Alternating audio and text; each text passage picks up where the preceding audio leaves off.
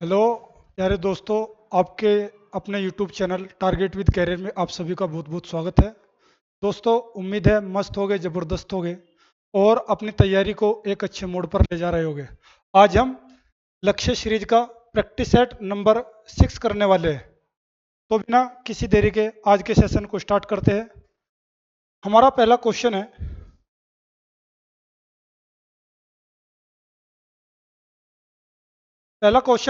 संत रामानुजाचार्य की प्रतिमा statue of equality Bharat के किस राज्य में स्थित है? आप ये बताइए, स्टैच्यू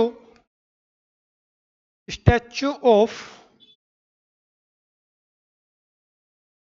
नॉलेज कहाँ है और किसके सम्मान में बनाई गई? स्टैच्यू स्टैच्यू ऑफ पीस किस राज्य में है? स्टैच्यू ऑफ यूनिटी किस राज्य में है? यूनिटी किस राज्य में है? स्टैच्यू स्टैच्यू ऑफ प्रोस्पेरिटी प्रीति भारत के किस राज्य में स्थित है? प्रीति। इसमें पूछा है कि संत रामानुजाचार्य की प्रतिमा स्टैच्यू ऑफ इक्वलिटी भारत के किस राज्य में स्थित है? इसका राइट आंसर है ऑप्शन नंबर डी, हैदराबाद में है स्टैच्यू ऑफ इक्वलिटी। संत रामानुजाचार्य की यह प्रतिमा है। Statue of knowledge Latur Latur Maharashtra में स्थित है। यह डॉक्टर भीमराव अंबेडकर के सम्मान में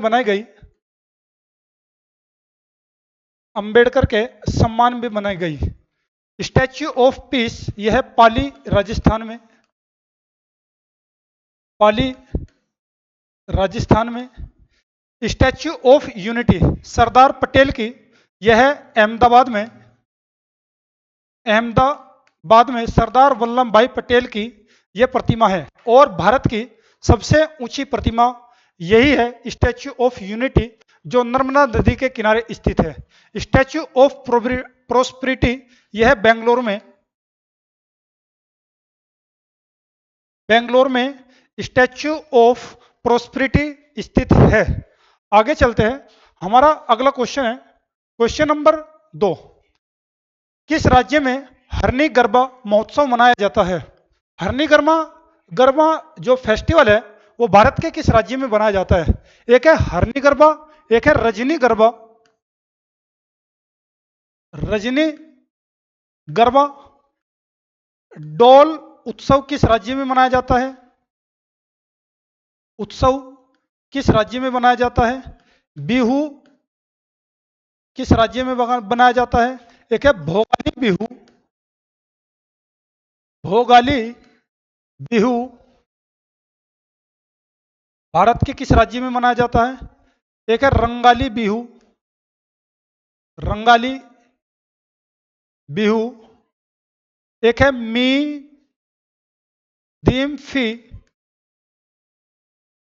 फेस्टिवल, एक है अली ए लिलांग। भारत के किस राज्य में यह फेस्टिवल मनाया जाता है? एक है देहिंग पटकई भारत के किस राज्य में मनाया जाता है? हरनी गरबा और रजनी गरबा ये मनाया जाता है असम में, और ये सारे फेस्टिवल असम के ही स्थित है। गुजरात में मनाया जाता है गरबा डांडिया। एक श्यामलाजी मेला लगता है, श्यामलाजी मेला श्यामलाजी मेला का आयोजन होता है।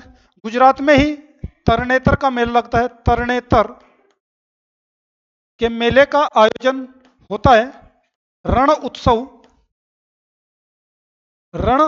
उत्सव ये भी गुजरात में मनाया जाता है, एक है मेघालय में कौन सा? खासी उत्सव एक है वांगला, वांगला महोत्सव, वांगला महोत्सव जो मनाया जाता है वो मेघालय में मनाया जाता है। एक है नोक्रेम, नो क्रेम, एक है बेहंदी खलम, बेहंदी खलम, ये फेस्टिवल जो मनाया जाता है ये सब मेघालय में मनाया जाता है। त्रिपुरा, त्रिपुरा में कौन कौन से, त्रिपुरा में गारिया पूजा, गारिया पूजा, एक है खारची पूजा, खारची पूजा, ये जो मनाया जाता है ये गारिया पूजा, खारची पूजा त्रिपुरा में मनाया जाता है। आप ये बताइए कि तेलंगाना में कौन कौन से फेस्टिवल मनाया जाता है। तेलंगाना में एक फेस्टिवल का नाम बताइए, बिहार के एक फेस्टिवल का नाम बताइए।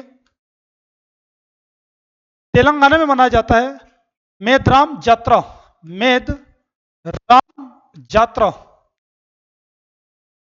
मेदराम जात्रा जो मनाया जाता है वो मनाया जाता है तेलंगाना में। जाट जटिन ये बिहार का है, जाट जटिन, एक है साम चकेवा, साम चकेवा, यह बिहार में मनाया जाता है। आगे चलते हैं, अगला क्वेश्चन है स्वच्छ भारत मिशन की शुरुआत कब हुई थी, यह किसने स्टार्ट किया था। भारत में स्वच्छ भारत मिशन कब स्टार्ट किया गया था। स्वच्छ भारत मिशन भारत में कब स्टार्ट किया गया। इसका राइट आंसर है ऑप्शन नंबर बी, 2 अक्टूबर 2014 को भारत में स्वच्छ भारत मिशन स्टार्ट किया गया था। किसके द्वारा, इसमें जो टारगेट रखा था वो 2 अक्टूबर 2019 को इसे समाप्त करने का था। एक चला स्वच्छ भारत मिशन, स्वच्छ भारत मिशन 2.0 कब चलाया गया। स्वच्छ भारत मिशन 2.0 भारत में कब चलाया गया। इसका राइट आंसर है ये 2 अक्टूबर 2021 को भारत में स्वच्छ भारत 2.0 मिशन चलाया गया था। आगे चलते हैं, हमारा अगला क्वेश्चन है question number 3, half long hill station Bharat के किस राज्य में स्थित है। आप ये बताइए कसोल भारत के किस राज्य में है। डलहौजी, डलहौजी हिल स्टेशन भारत के किस राज्य में स्थित है। एक है ऊटी भारत के किस राज्य में स्थित है। एक है दार्जिलिंग, दार्जिलिंग हिल स्टेशन भारत के किस राज्य में स्थित है। एक है मसूरी, मसूरी हिल स्टेशन, एक है नैनीताल, नैनीताल, एक है रानीखेत, रानीखेत, एक है देहरादून, देहरादून। ये हिल स्टेशन भारत के किस राज्य में स्थित है। कसौल, डलहौजी, दार्जिलिंग, मसूरी, नैनीताल और देहरादून भारत के किस राज्य में स्थित है। इसका राइट आंसर है हमारा ऑप्शन नंबर हाफ लोंग, यह है असम में। कसौल डलहौजी यह हिमाचल प्रदेश में, हिमाचल प्रदेश में है। ऊटी है तमिलनाडु में, तमिलनाडु में। एक है दार्जिलिंग है वेस्ट बंगाल में, नैनीताल, रानीखेत, देहरादून और मसूरी जो हिल स्टेशन है यह है उत्तराखंड में, उत्तराखंड में। ठीक, आगे चलते हैं बिना किसी देरी के। हमारा अगला क्वेश्चन है सुनहरी क्रांति का संबंध किससे है। आप ये बताइए गोल क्रांति का संबंध किससे है। गोल क्रांति का संबंध किससे है। गुलाबी क्रांति का संबंध किससे है। गुलाबी क्रांति का संबंध किससे है।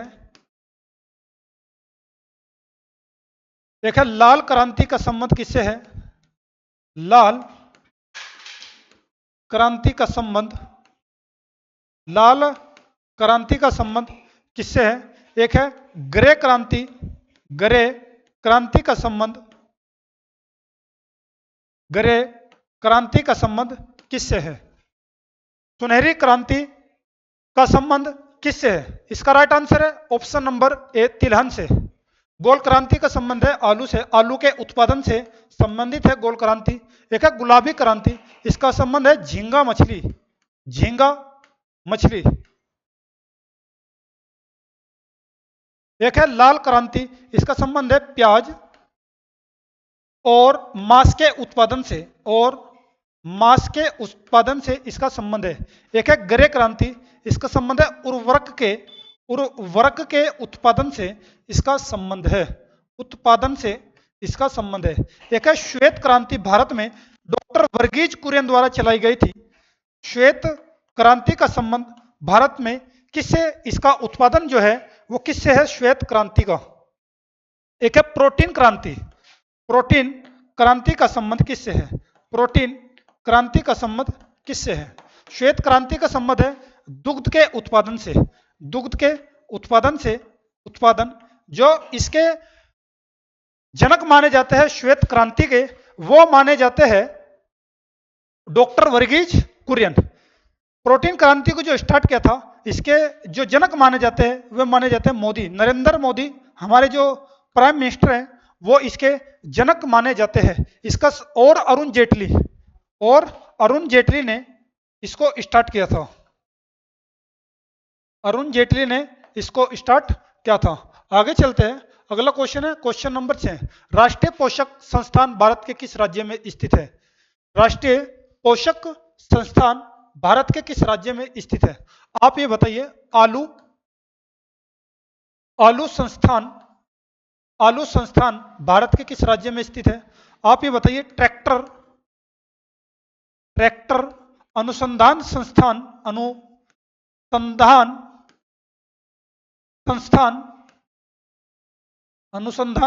भारत के किस राज्य में स्थित है?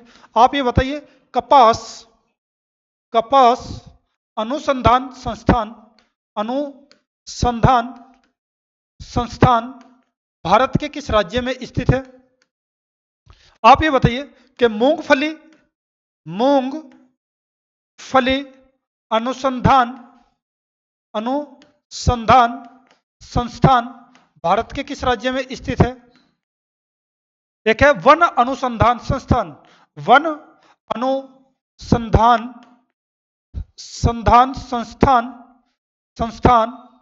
भारत के किस राज्य में स्थित है? आप ये बताइए। डेयरी अनुसंधान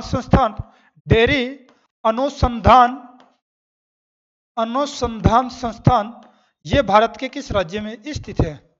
आप ये बताइए। नीरी भारत के किस राज्य में स्थित है? नीरी ये भारत के किस राज्य में स्थित है? इसका राइट आंसर है राष्ट्रीय पोषक अनुसंधान संस्थान, जो यह है हैदराबाद में। आलू संस्थान यह है शिमला में। एक है ट्रैक्टर अनुसंधान संस्थान, यह है नई दिल्ली में। एक है कपास अनुसंधान संस्थान, यह है नागपुर में। एक है मूंगफली अनुसंधान संस्थान, यह है जूनागढ़ गुजरात में। एक है वन अनुसंधान संस्थान, यह है देहरादून में। एक है डेयरी अनुसंधान संस्थान, यह है करनाल में। एक है नीरी किस राज्य में स्थित है? आप कमेंट बॉक्स में जरूर बताएं कि नीरी भारत के किस राज्य में स्थित है। नीरी भारत के किस राज्य में स्थित है? नीरी है गुजरात में, नीरी है नागपुर में, सॉरी, नीरी एन से नागपुर में। आपसे मैं कुछ और संस्थान पूछता हूं कि ये भारत के किस राज्य में स्थित है। नारियल अनुसंधान संस्थान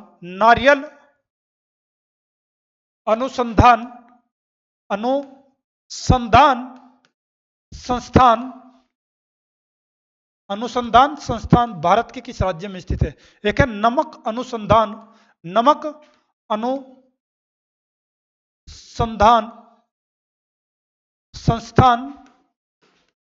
संस्थान भारत के किस राज्य में स्थित है? नमक अनुसंधान संस्थान भारत के किस राज्य में स्थित है? कमेंट बॉक्स में जरूर बताएं। ये नारियल अनुसंधान संस्थान है कासरगोड केरल में, कासरगोड केरल में। एक है भावनगर नमक अनुसंधान संस्थान है भावनगर गुजरात में, भावनगर गुजरात में, भावनगर गुजरात में। ये राष्ट्रीय पोषक अनुसंधान संस्थान है हैदराबाद में। ठीक, जूनागढ़ में आपको मूंगफली वाला बताया, शिमला में आलू वाला, नागपुर में कपास वाला, एक है निरी। आगे चलते हैं, हमारा अगला क्वेश्चन है क्वेश्चन नंबर 7। भारत में वन्य जीव संरक्षण एक्ट भारत में कब लागू हुआ? एक है मगर प्रजनन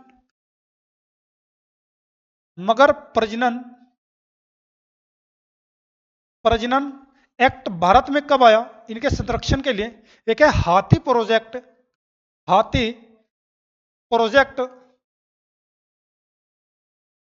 प्रोजेक्ट भारत में कब आया? एक है टाइगर प्रोजेक्ट,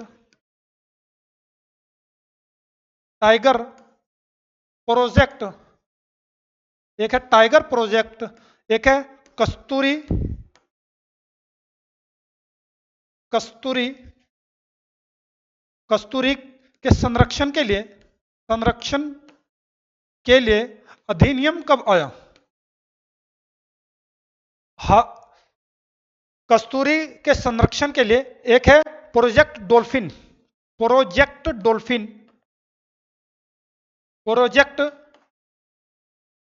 डॉल्फिन भारत में कब आया? एक है लाल पांडा, एक है लाल पांडा अधिनियम, लाल पांडा एक्ट कब आया भारत में इनके संरक्षण के लिए? मगर प्रोजेक्ट, यह है वन्य जीव संरक्षण अधिनियम भारत में 1972 में आया। एक है मगर प्रजनन, जो ये आया था 1975 में, 1975 में यह आया था, 1992 में यह आया था, 1973 में। एक है कस्तूरी संरक्षण, यानी कि जो हमारी कस्तूरी हिरन है उसको बचाने के लिए एक संरक्षण एक्ट लाया गया था। यह कब आया था? यह आया था 1970 में, 1970 में। एक है लाल पांडा एक्ट कब आया? यह आया था 1992 में, लाल पांडा एक्ट आया था 1992 में। एक है प्रोजेक्ट डॉल्फिन भारत में कब लागू हुई? हाल ही में 2021 में इसको लागू किया गया था। आगे चलते हैं, अगला क्वेश्चन है क्वेश्चन नंबर 8। आर्टिकल 371 ए का संबंध किससे है? आर्टिकल 371 ए का संबंध किससे है? आर्टिकल 371 का संबंध किससे है? उसका सबसेक्शन ए का संबंध किससे है? इस 371 का सबसेक्शन बी का संबंध किससे है? 371 के सबसेक्शन सी का संबंध किससे है? 371 के सबसेक्शन डी का संबंध किससे है? 371 के सबसेक्शन ई का संबंध किससे है?